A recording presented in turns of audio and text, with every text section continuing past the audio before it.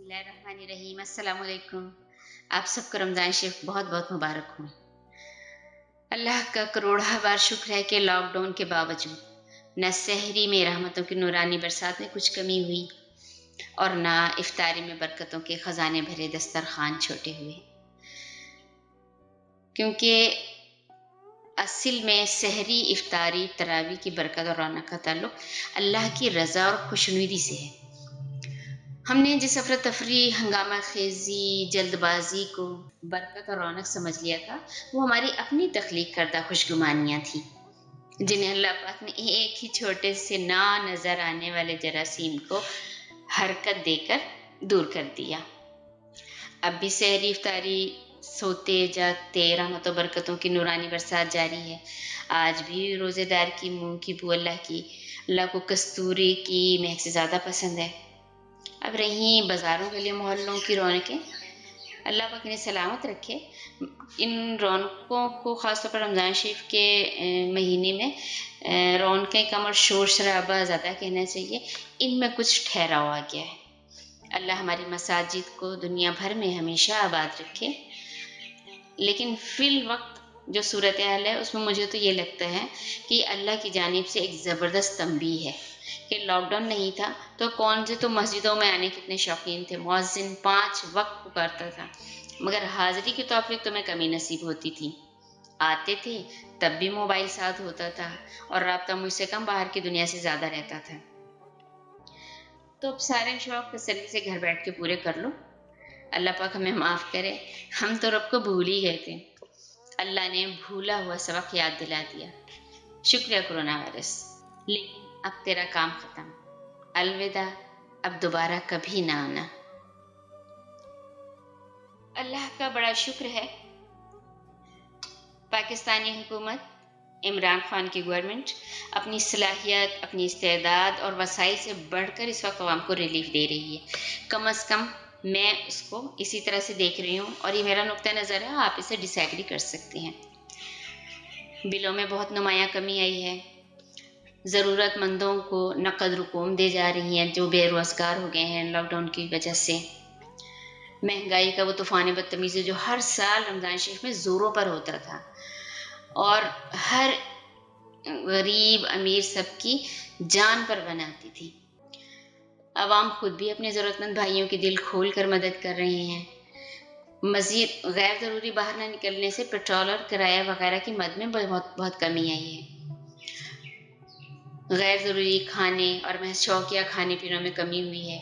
मसलन बिला वजह की होटलिंग, पिज़्ज़ा, शॉर्मे वग़ैरह से बचने से ना सिर्फ़ ये कि सेहत बल्कि जेब पर भी बहुत अच्छा असर पड़ा है।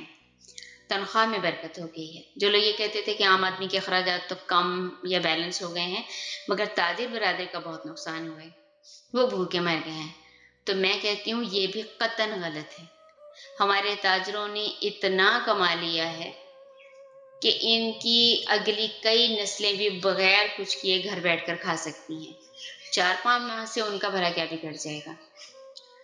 और फिर सबने देख लिया कि रब चाहे तो दौलतों के अंबार धरे के धरे रह जाते हैं और बंदा ऊपर से धार जाता है। तो दौलत के नहीं, रब की रज़ा के अंबार लगाएँ। रब के यहाँ ना रिज़्क की कमी है, ना वो देने के लिए किसी वसीले का मोहताज। छोटे कारोबारी लोगों और गरीबों को भी वो उनकी ज़रूरियात से ज़्यादा ही दे रहा है।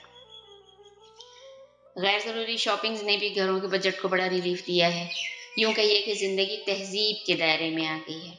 इसमें ठहराव आ गया है।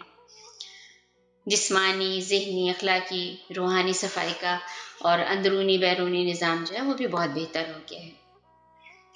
मुझे ऐसा लगता है कि जिस तरह रमज़ान शरीफ का ये 1 महीना मुसलमान के लिए खुदा से 11 महीने ताल्लुक़ जोड़ने या मज़बूत करने के लिए एक रिफ्रेशर कोर्स साबित होता है, उसी तरह लॉकडाउन की ये चंद माह पूरी ज़िंदगी, उसकी खुशियों, उसकी सहूलतों, आसानियों वग़ैरह की कदर-ओ-कीमत बढ़ाने के लिए एक रिफ्रेशर कोर्स साबित हुए हैं। हमें समझ आ गया है कि ज़िंदगी को इस तरह सुकून से भी जिया जा सकता है। हमें तेज़गाम की तरह दौड़ने की ज़रूरत नहीं थी कि जल्दी-जल्दी ज़िंदगी को जीकर ख़त्म करें। आराम से जिएँ, ठहराव के साथ जिएं और इसको एंजॉय करें। अल्लाह के फजल करम से इंशाल्लाह ये वबा जल्द और हमेशा के लिए ख़त्म होगी। बशमूल पूरी दुनिया हम एक नई ज़िंदगी शुरू करेंगे, नए ज़ाविये से ज़िंदगी को देखेंगे, नई कदर कीमत होगी, अपनी इस्लाह करेंगे और इस शुतर बेमुहार तरक्की को भी लगाम डालेंगे इंशाल्लाह। सेहत से बढ़कर कुछ नहीं। लॉकडाउन में ना हम बाज़ारों को जा सकते हैं, न गली मोहल्लों में चहलकदमी कर सकते हैं, ना प्रॉपर वॉक हो सकती है। तो होना क्या है, जितना मर्जी खाएं पिएं, खा पी के घर में ही बैठे रहना है। तो अल्लाह पाक सबको सेहत तंदुरुस्ती दे, लेकिन इससे होने का क्या अंदेशा है कि सेहत खराब हो सकती है, मोटापा बढ़ सकता है, बीमारियों का भी अंदेशा है। तो बेहतर बल्कि ज़रूरी है कि इस मर्तबा रमज़ान शरीफ में जो चटखारे खाएं खिलाएं ज़रूर, लेकिन चटखारे से ज़्यादा सफाई और सेहत के उसूलों के ऐन मुताबिक ग़िज़ा का इस्तेमाल करें। फ्राई एशिया खाएं, तली हुई अशिया खाएं, इस्तेमाल करें, मगर कम। गोश्त का भी कम इस्तेमाल कर दें। सब्जियों, फलों और घर में तैयार करदा जो जूसेस होते हैं, कुदरती जूसेस फ्रेश, उनका और दूध दही वगैरह का ज़्यादा इस्तेमाल करें। इन सब चीज़ों में भी बेहद लज़्ज़त और ग़िज़ाइयत है और नई-नई डिशेस इनसे तैयार की जाती हैं और फिर खाने के लिए तो सारी उम्र पड़ी है। इंशाल्लाह सारे शौक पूरे करेंगे। आगे आ रही है ईद। गरीब हो या अमीर, हमने अपनी असल रिवायात को और इस्लामी तौर तरीक़ों को और तहज़ीब और तमद्दन के बहुत सारे ज़ाब्तों को भुलाकर नया एक तरीक़ा बना लिया था। बना लिया था क्या, बना लिया हुआ है।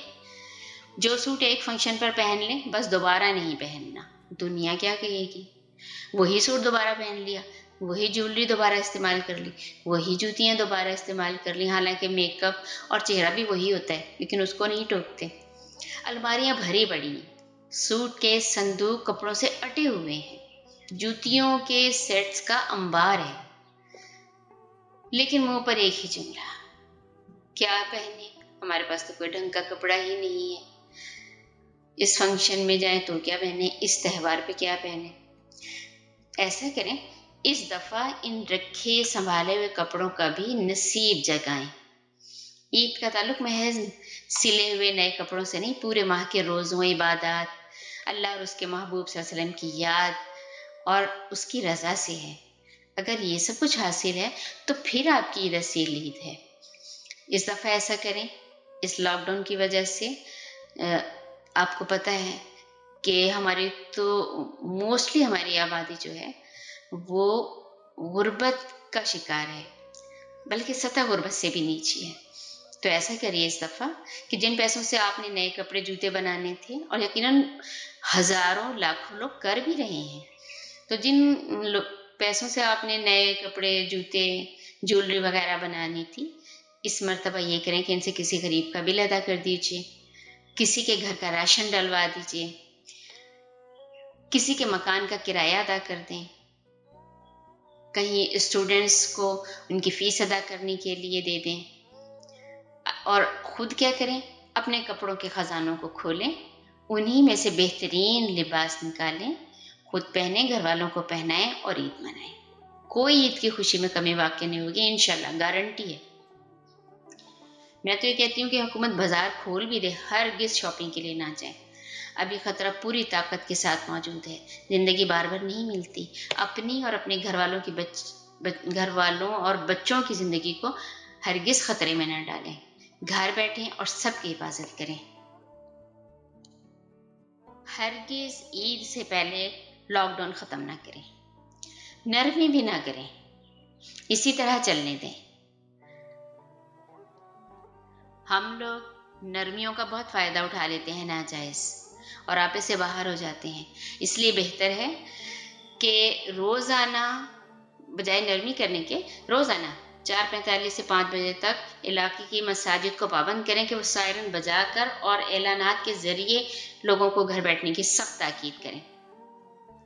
हमारे बाजार, ہمارے مالز وغیرہ میں رمضان شریف کی آخری 2-3 راتیں مثلاً چاند رات وغیرہ میں اتنا بے ہنگم فضول رش ہوتا ہے کہ اچھا بھلا آدمی بیمار ہو جائے۔ تو یہ حالات تو ہیں ہی بہت سینسٹیو، ان حالات میں تو یہ رش بڑا قیامت سے ثابت ہوگا۔ لہٰذا ان آخری دنوں اور راتوں میں کچھ بھی کرے حکومت، کرفیو لگائے، بازار سیل کرے یا کچھ اور کرے، مگر عوام کو باہر نکلنے کی ہرگز اجازت نہ دیں۔ عید سے 3 دن پہلے اور 3 دن بعد تک لاک ڈاؤن سخت کر دیں۔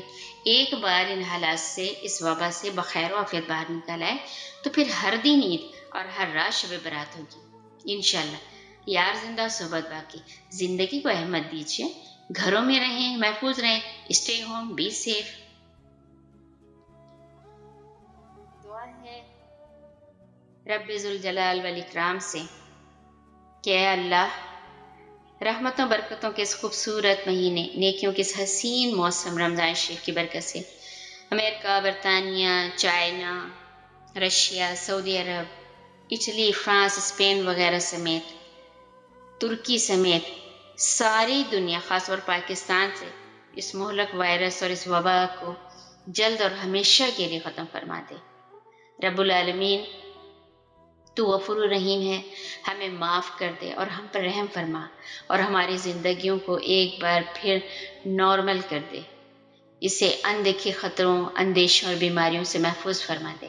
اس ماہ مبارک کی برکت سے حرمین شریفین سمیت دنیا کی ساری مساجد اور دنیا بھر میں سحری اور افطاری کے رونقوں کو بحال فرما دے۔